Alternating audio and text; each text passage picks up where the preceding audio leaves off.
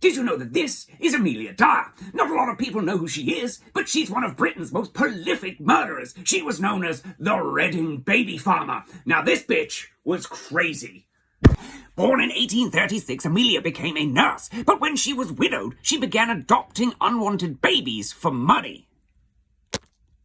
As horrible as it sounds, this actually wasn't uncommon for the time, because in the 1800s there was no law that made men look after illegitimate babies, so all the men were just running round shooting arcing hot ropes of Victorian baby gravy into pretty much anyone they fancy, repercussion-free.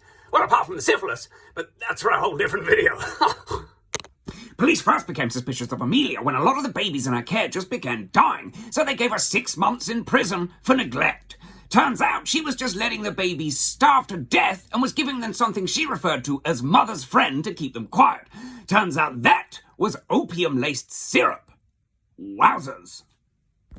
After 6 months, Amelia was released from prison. Now I bet you're thinking, I bet she turned over a new leaf, started a whole new life, maybe even started a children's hospital. Well, no she didn't. She actually decided to upgrade her operation. She realised she could no longer involve doctors and she couldn't stay in the same place. So she moved around from place to place in Berkshire, just adopting children willy-nilly. She'd then kill them, usually by strangling them. And then to dispose of the bodies, she'd wrap them up in a little parcel and float them on down the Thames. What the fuck? Now, things were going just swimmingly for Amelia. That's a bad choice of words. Things were going just fine for Amelia until one of her parcels containing dead baby Helena Fry was pulled out of the Thames. When the police examined the parcel, they found an address. The address was one of the aliases of Miss Amelia Dyer. Sloppy workmanship, Amelia. The police became even more suspicious of Amelia when they found out she'd adopted over 20 babies in just a few months. It's a little inkling that something's wrong there. But the address on the parcel and the amount of babies was still not enough for a conviction, so they had to set Amelia up.